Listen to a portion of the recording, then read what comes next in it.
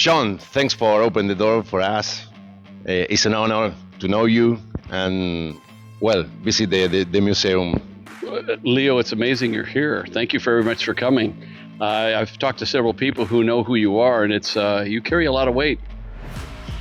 Tell me about the history of the museum, Marconi Museum, and your father's history. How did it begin? Well, it was interesting. Dad came to California. He was growing up in the steel mills in Gary, Indiana.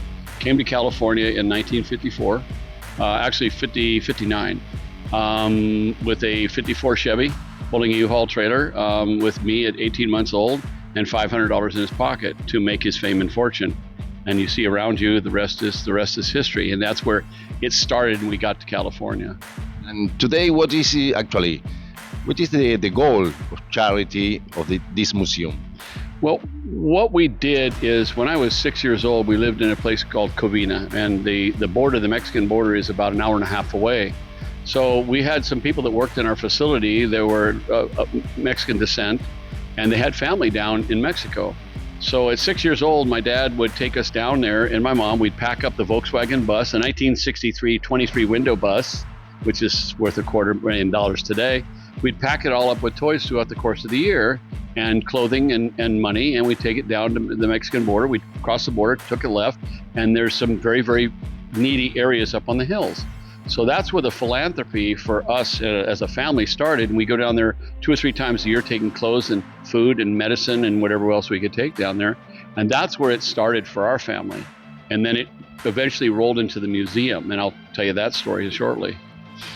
Well, we have a lot to know. There's a lot of stuff going that direction. How the museum got started is this was our private car collection, and I was racing almost full time and running my dad's operation in his companies, and became very successful. We were very good at what we did. He had surrounded himself with a lot of good people. And what happened was, when I retired from racing, I was racing all over the world. Retired from racing. We kept the museum, and for about 2 years we had mechanics here working on the cars, and we didn't have time to even drive them because we were so busy.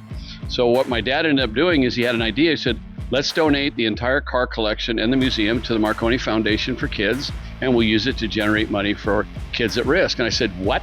I said, donate our cars that we worked all our lives for? Anyway, I came around to it, and the rest is history. That was 30 years ago. We have events here, parties, whatever you can imagine, corporate events, corporate parties, and we use it to generate money for kids at risk. Well, this is the main showroom. Yes. How many cars? We've got a little over 100 cars, and then 40 motorcycles. I think there's 106 cars. Let's go. Want to go check them out?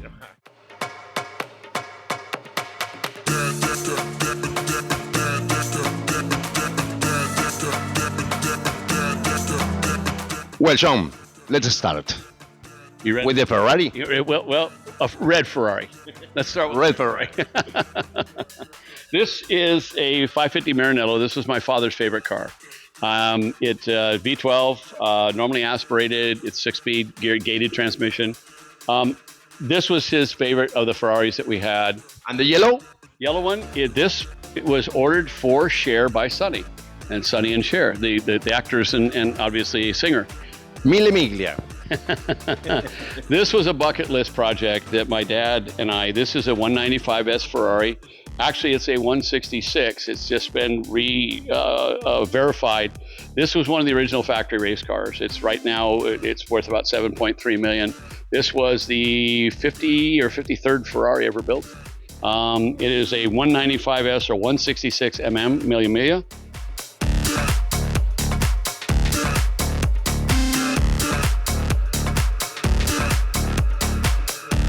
The lights of my dreams. Leo, I saw you when you came in here, you were drooling on this car. Obviously, this means something to you when you're growing up as a kid, because you're a lot younger than I am. This is the Knight Rider. This is the car that they used, that David Hasselhoff, when he would talk to his watch, it would say, come on in, Kit, come. And he would come in and slide in front of him, and I'd hop in the car and take off.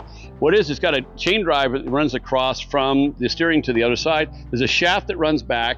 It's been removed now. It runs back through that back seat, and there would be a guy in the back with pedals on cables for brake and for throttle.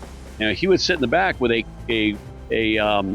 seat cover over him with slots in it, so he would sit in the back. So if you look at the series and you take a look and take your eye off of Hasselhoff and the things moving around, you could see a lump in the back seat. Well, that's a guy sitting back there that was steering the car, and nobody ever looked because you were concentrating on other things. I have to go inside?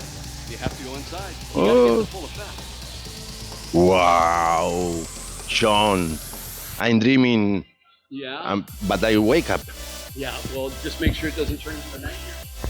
Oh my God, oh my God. Is that incredible? It's incredible. Yeah, that is really, it's interesting. And look at, I mean, Tesla thinks it's got the lock on the T-wheel. Check that one out. Yeah, David Hasselhoff sat right where you're sitting right now. He drove? Yeah, he drove the car. Yeah, this was the car that we used in the movie. There's something. The lights. They light up. That's it, man. It's designed. Remember, it's a movie car. It's designed to look cool. A lot of bottom. Oh yeah, I gotta have a lot of buttons. Otherwise, you're not official without the buttons. It's a nice size washing machine. Wow. Well, thank you very much, John. This is my dream. I feel Michael Knight. I feel Michael Knight.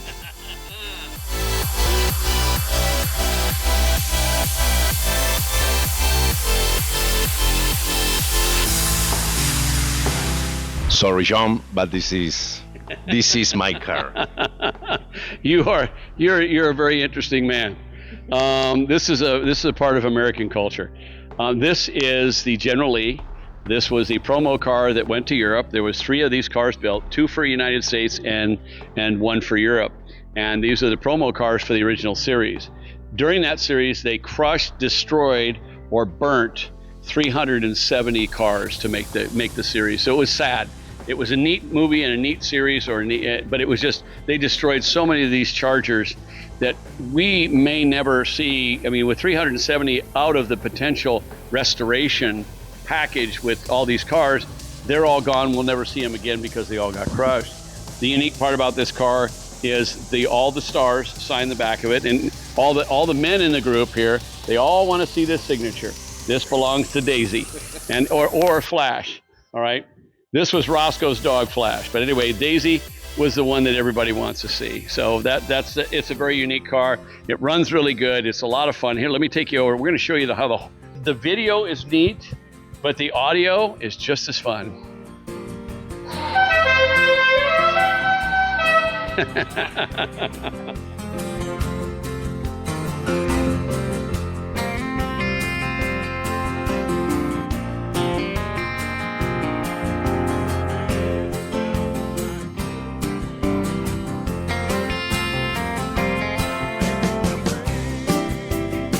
An Argentinian beast. The Pagani.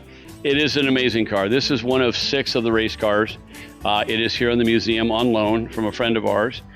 Phenomenal. It brings a lot of people into the museum. The car is got a 900 horse, 800 or 900 horse Mercedes AMG motor in it.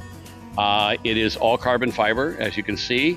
It weighs about 2,700 pounds, and it is blindingly fast.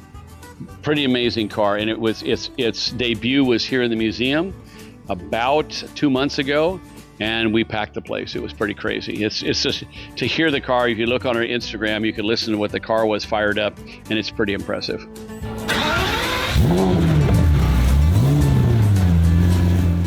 Sean, you have a great place. You have a great mission, and it was a pleasure to know you.